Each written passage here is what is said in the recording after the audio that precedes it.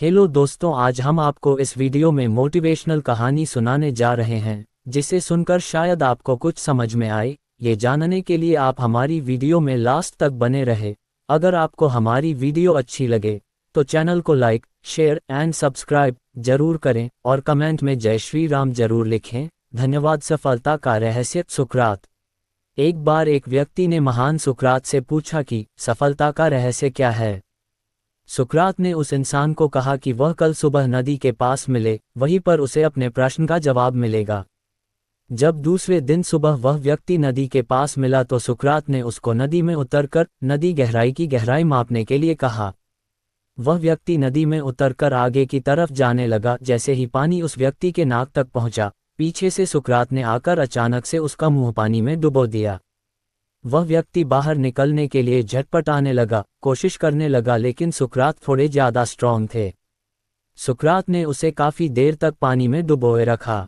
कुछ समय बाद सुकरात ने उसे छोड़ दिया और उस व्यक्ति ने जल्दी से अपना मुंह पानी से बाहर निकालकर जल्दी जल्दी सांस ली।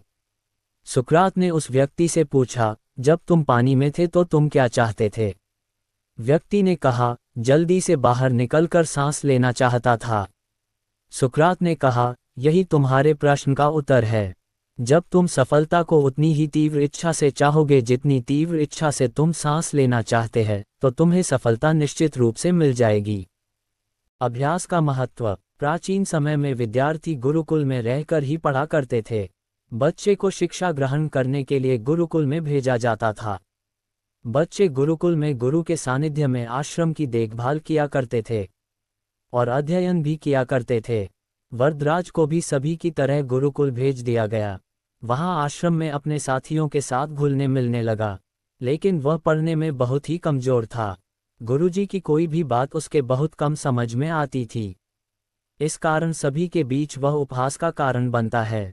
उसके सारे साथी अगली कक्षा में चले गए, लेकिन वो आगे नहीं बढ़ पाया। गुरुजी जी ने भी आखिर हार मानकर उसे बोला, बेटा वरदराज, मैंने सारे प्रयास करके देख लिए हैं। अब यही उचित होगा कि तुम यहाँ अपना समय बर्बाद मत करो। अपने घर चले जाओ और घर वालों की काम में मदद करो।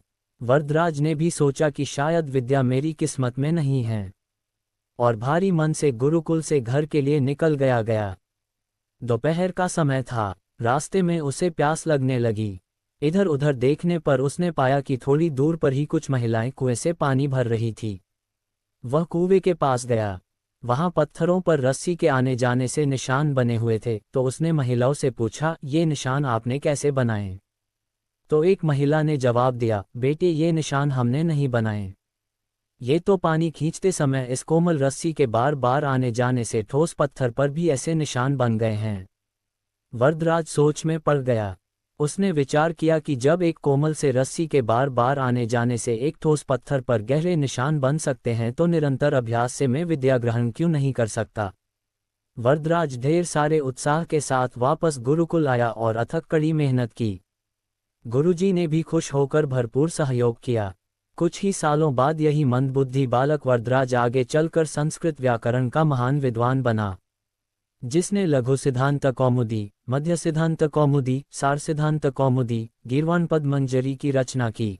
शिक्षा। दोस्तों, अभ्यास की शक्ति का तो कहना ही क्या है। यह आपके हर सपने को पूरा करेगी। अभ्यास बहुत जरूरी है, चाहे वो खेल में हो या पढ़ाई में या किसी और चीज में। बिना अभ्यास के आप सफल नहीं हो सकते हो। अगर आप बिना अभ्यास के केवल किस्मत के भरोसे बैठे रहोगे तो आखिर में आपको पछतावे के सिवा और कुछ हाथ नहीं लगेगा। इसलिए अभ्यास के साथ धैर्य, परिश्रम और लगन रखकर आप अपनी मंजिल को पाने के लिए जुट जाए। अभिनव बिंद्रा। जिद और जुनून ने दिलाया गोल्ड। ओलंपिक में भारत को गोल्ड मेडल मिलने से हर भारतवासी खुशी से झूम उठा। बिंद्रा की जिद और जुनून ने उन्हें इस मुकाम पर पहुंचाया है। बैंकॉक में हुए वर्ल्ड शूटिंग चैंपियनशिप में बिंद्रा की टीममेट रही इंटरनेशनल शूटर श्वेता चौधरी ने कहा कि बिंद्रा ने जो कहा वह कर दिखाया। श्वेता मामूली अंतर से ओलंपिक टीम में जगह बनाने में नाकाम रहीं। श्वेता ने बताया कि बिंद्रा ओलंपिक गोल्ड के लिए पिछले 4 साल से अनवरत मेहनत कर रहे थे। बिंद्रा ने जो कहा वह कर दिखाया। ऐसे बदली दुनिया। श्वेता बताती हैं कि एथेंस ओलंपिक के बाद अभिनव के व्यवहार में चेंज आया। एथेंस ओलंपिक में पदक हासिल न करने के बाद ही उन्होंने निश्चय कर लिया था कि वह अगला मौका बीजिंग ओलंपिक नहीं गंवाएंगे। एक स्मरण सुनाते हुए श्वेता ने कहा कि बैंकॉक में वर्ल्ड चैंपियनशिप के दौरान जब भारतीय टीम के अन्य शूटर शाम को शहर घूमने गए थे, बिंद्रा जिम में एक्सरसाइज कर रहे थे। शायद अभिनव को एथेंस ओलंपिक में पदक नहीं जीतने का सदमा ऐसा लगा कि उनके व्यवहार में काफ़ी परिवर्तन आ गया। उसके बाद से वह रिजर्व रहने लगे। इसके पहले वह साथियों के बीच आकर हंसी मजाक करते थे। इसके बाद वह लगातार विदेशों में जाकर प्रैक्टिस करते रहे। श्वेता ने बताया कि बिंद्रा ने स्वयं ही अपने लिए प्राइवेट कोच, पादोलॉजिस्ट व फिजियो नियुक्त किया था। इसके बावजूद छोटी प्रतियोगिताओं में उनके मेडल न जीतने पर कई बार उनकी आलोचना भी हुई, परंतु उनको जानने वाले जानते थे कि अभिनव में वह क्षमता है जो वक्त आने पर बड़ी प्रतियोगिता में अवश्य दिखेगा। उनका टारगेट ओलंपिक ही था। भारत रत्न प्राप्त डॉक्टर APJ अब्दुल कलाम। अब्दुल कलाम का जन्म 15 अक्टूबर 1931 को तमिलनाडु के एक गांव धनुषकोडी में हुआ था। इनके पिता मछुआरों को किराए पर नाव देते थे। कलाम ने अपनी पढ़ाई के लिए धन की पूर्ति हेतु अखबार बेचने का कार्य भी किया। डॉक्टर कलाम ने जीवन में अनेक चुनौतियों का सामना किया।